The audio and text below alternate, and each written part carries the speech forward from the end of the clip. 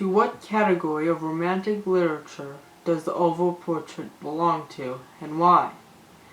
Several elements of the oval portrait by Edgar Allan Poe, including the story's focus on the dark side of human nature and detaching from life for a complete immersion in one's hobbies.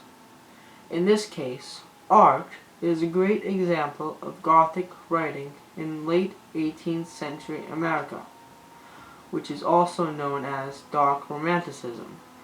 We see the supernatural and elements of mystery and horror, which were the characteristics of Gothic writing. The author gives up everything for creating his art, including his wife's life, and she loves him so deeply that she is willing to give her life in order to make him completely happy and fulfilled.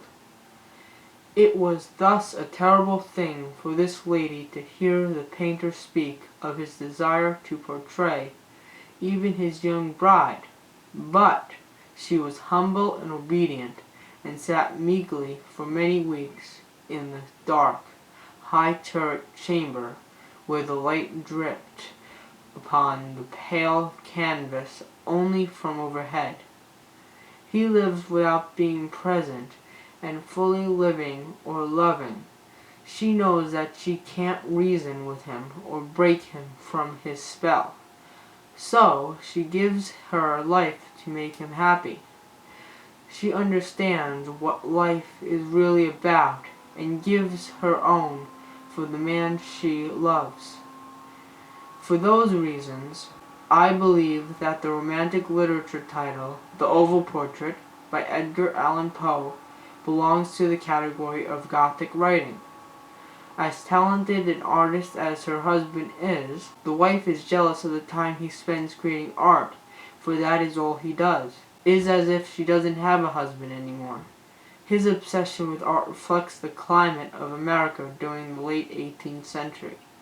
Art suddenly was more important, no longer seen as a luxury or frivolous, but an important part of our culture. People had more money to spend, and art was one way to show off their wealth. We see the dark side of human nature, which was one of the characteristics of dark romanticism. And Edgar Allan Poe tells us that this is something that we all are at risk of, putting our own wants above others. But she was humble and obedient, and sat meekly for many weeks in the dark, high-turret chamber, where the light dripped upon the pale canvas only from overhead. But he, the painter, took glory in his work, which went on from hour to hour, and from day to day. And he was a passionate and wild and moody man, who became lost in reveries, so that he would not see that the light which fell so ghastly in the lone turret withered the health and the spirits of his bride, who pinned visibly to all but to him. Yet she smiled on, still on, uncomplainingly, because she was the painter who had high renown, took a fervid and burning pleasure in his task, and wrote day and night to depict her who so loved him, yet who grew daily more dispirited and weak. He is so obsessed with his own desires and the happiness he is getting from fulfilling his passion, that he fails to see that his wife is getting sicker and weaker by the day. Unfortunately, we all have that dark side within us, that we try not to put our own needs first. Edgar Allan Poe just pointed it out and made us all admit it. Edgar Allan Poe was reflecting on this changing world and economy, and how it was affecting and influencing Americans. In The Oval Portrait, he is warning how dangerous it is to completely detach and disengage from reality by pursuing their creative goals such as art. In this short story, we see the price the artist is willing to pay for pursuing his art, his wife. He completely ignores his wife's sadness and frustration as he insists on painting her. He is completely unaware as his portrait of her progresses and reaches absolute perfection, her life is being drained from her, and he would not see that the tints which he spread upon the canvas were drawn from the cheeks of her who sat beside him. And when many weeks had passed, and but little remained to do save one brush upon the mouth and one tint upon the eye, the spirit of the lady again flickered up as the flame within the socket of the lamp. And then the brush was given, and then the tint was placed, and for one moment the painter stood entranced before the work he had wrought. But in the next, while he yet gazed, he grew tremulous and very pallid, and aghast, and crying with a loud voice, "This is indeed life itself," turned suddenly to regard his beloved. She was dead. How misguided he is to value what he created on canvas more than his own wife, more than his adoring bride. It is clear how much she loved him, as she was willing to give her life so he could feel complete and satisfied by being able to express himself with his art.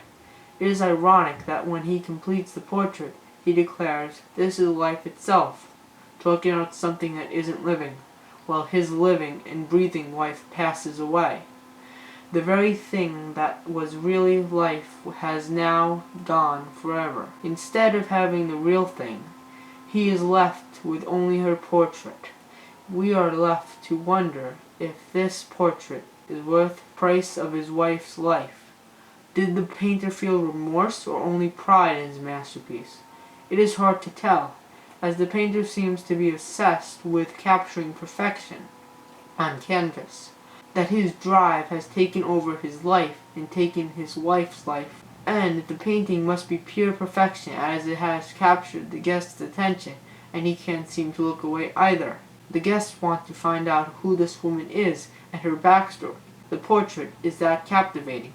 I thus saw in vivid light a picture all unnoticed before. It was the portrait of a young girl, just ripening into womanhood. I glanced at the painting hurriedly, and then closed my eyes. Why I did this was not at first apparent, even to my own perception. My lids remained thus shut. I ran over in my mind my reason for so shutting them. It was an impulsive movement to gain time for thought, to make sure that my vision had not deceived me, to calm and subdue my fancy for a more sober and more certain gaze. In a very few moments I again looked fixedly at the painting. I remained for an hour, perhaps half sitting, half reclining, with my vision riveted upon the portrait. At length, satisfied with the true secrets of its effect, I fell back within the bed. I had found the spell of the picture in an absolute life-likeliness of expression, which, at first startling, finally confounded, subdued, and appalled me. Not only has the picture captivated the painter, but now a stranger who stares at the painting for over an hour, he can't take his eyes away. The Oval Portrait by Edgar Allan Poe focuses on the dark side of human nature and withdrawing from life for a complete and total absorption and fascination in one's hobbies. In this case, art is a great example of Gothic writing in late 18th century America, also known as Dark Romanticism. These supernatural elements, as well as the element of mystery and horror, are characteristic of Gothic writing. Edgar Allan Poe warns us of the dangers of not being present and fully living, something that still is relevant today. People are obsessed with the taking pictures of themselves, having a good time, or eating a delicious meal, and sharing it on social media. That they don't focus on the moment. They take more pleasure in showing people the wonderful moment they're in than actually enjoying the moment itself. The Oval Portrait, with its horror and mystery element, is definitely related to the Gothic writing, specifically Dark Romanticism.